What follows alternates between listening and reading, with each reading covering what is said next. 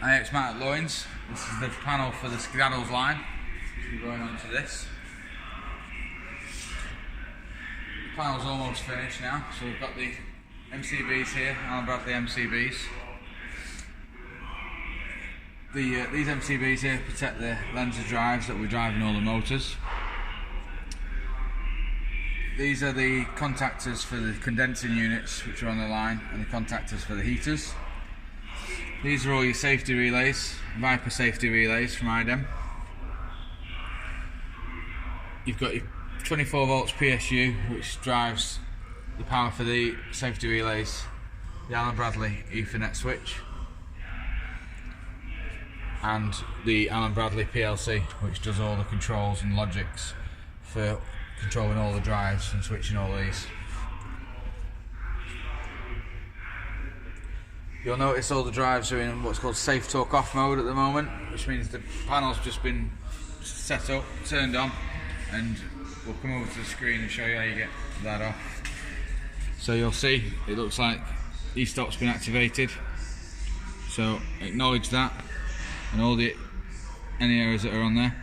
This is the screen you'll be presented with. Press this logs in and initiates the PLC ready for running.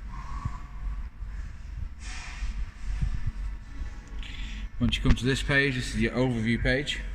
From here you'll be able to reset any alarms, also be able to view any alarms, so you'll be able to see here these are your alarms that have activated. The ones in blue I'll explain in a minute, but all these have been acknowledged, as you can see. The blue ones, which are at the top, these are ones that don't require an acknowledgement, so this will be detailed in the manual. But for the start of the line, when the operator's setting up, these show there's an alarm happened, but they don't need acknowledging, and you'll see this on a pause screen where it's a lot faster to get the machine running again. So go back to the overview. From this page, once you've got all your drives set up in the control here, the operator will just be able to press one start button and it'll show running and stop or stopped. These values here, these show what each motor is pulling in amps. So these two here are for the first two, these two here are for the last two, so there's 4 rollers at the front. It shows the amps that the conveyor belt's running, the amps which is braking drum 1 and braking drum 2 are pulling. Okay. If I was to press start now, you would get errors because we only have one motor attached at the moment. Here's your control screen. So here you can start and stop each drive. You can also set your speeds for each drive, so if you wanted, and this is in RPM, so you want 1000 RPM, the motor will turn at 1000 RPM. This is your acceleration speed and your deacceleration speed in seconds, so how long it takes to accelerate to that speed and deaccelerate to 0. So if I was to show you this drive now, because there's no motor attached, it'll start, it'll flash, and then it should display up here an alarm saying the drive ran but the motor didn't pull any current. So sorry, it won't do that until you press this reset button here. Now if you go back to the drives now, you'll see that reset button took all the safe talk offs out, so the drives are now ready to run. So there's your flash. It buzzes once to let you know that there was a fault, and then the drive 1 ran with no amp feedback. You need to check the motor isolator or check for safe talk off. Acknowledge that. You'd obviously then go and find where the fault was and fix it and press start. The conveyor belt does have a motor, so I'll show you that running. So that now starts. If you have a look at that motor on the floor.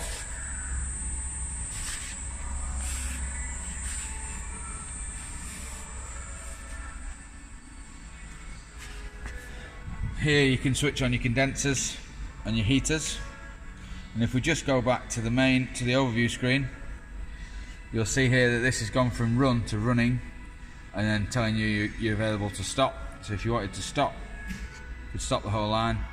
And again, if we press the start button, which we will do, it will start the drive for the conveyor, but it will give errors on all the other drives. So there's all your errors for the other drives. If we just go and have a look at the motor, you'll see that it's running.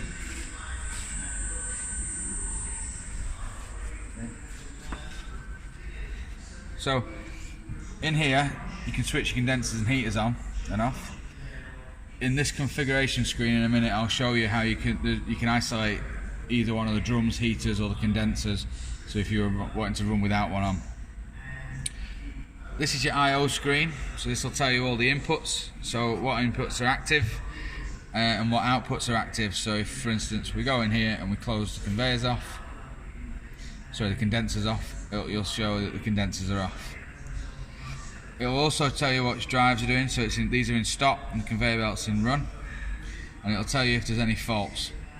It will also display the fault code. Now any faults that appear up here will show a screen, so what I'll do now is I'll simulate the motor overheating. So here the buzzer's going. See that over there? And the motor's stopped. We have a fault on the motor and it tells you the code. The manual will have a list of the codes to show you what's going on. It also displays up here conveyor belt, overheat trip, reset drive manually, pressing 0 and 1, which I'll show you now. So once you've sorted the fault out as what was on the motor, I'm just simulating it here by removing this chip.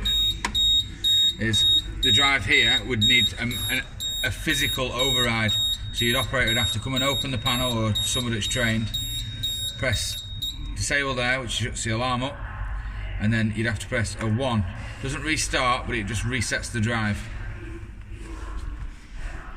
That's the only fault that you'd have to go to the motor, to the inverter for.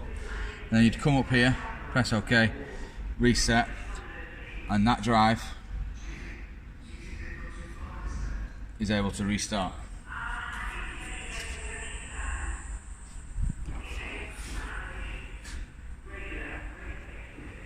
So as I was saying before about these, showing you which ones you can isolate in the configuration screen.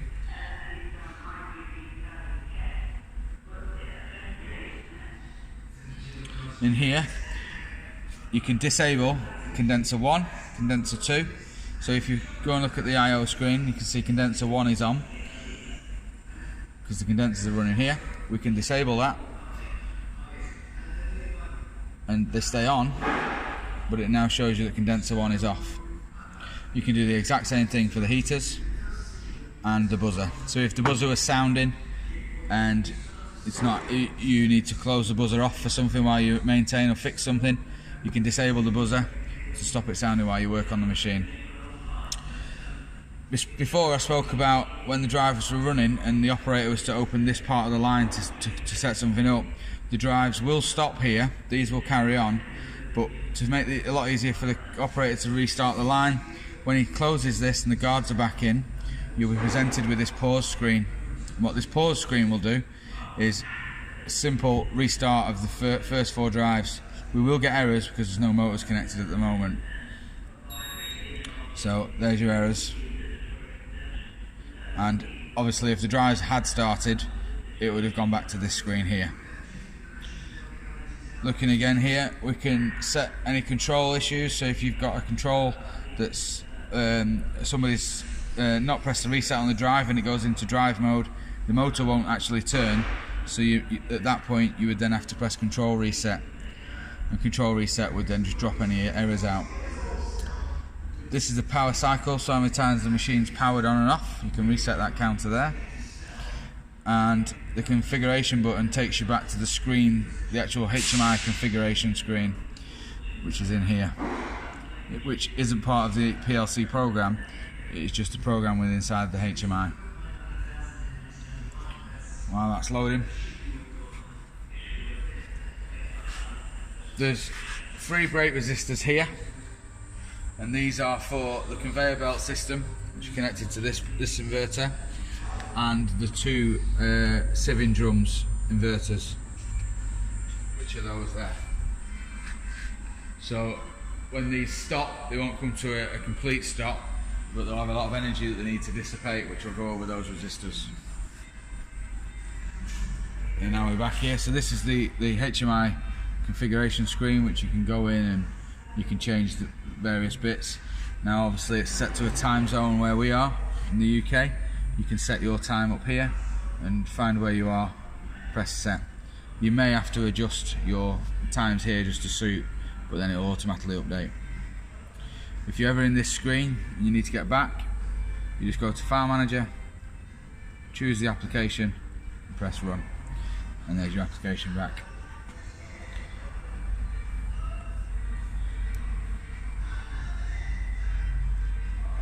At the moment, as it stands, if you want one of the motors to reverse, say the drums to reverse in the backwards position, you would put a minus value in, and I'll just show you on the conveyor belt system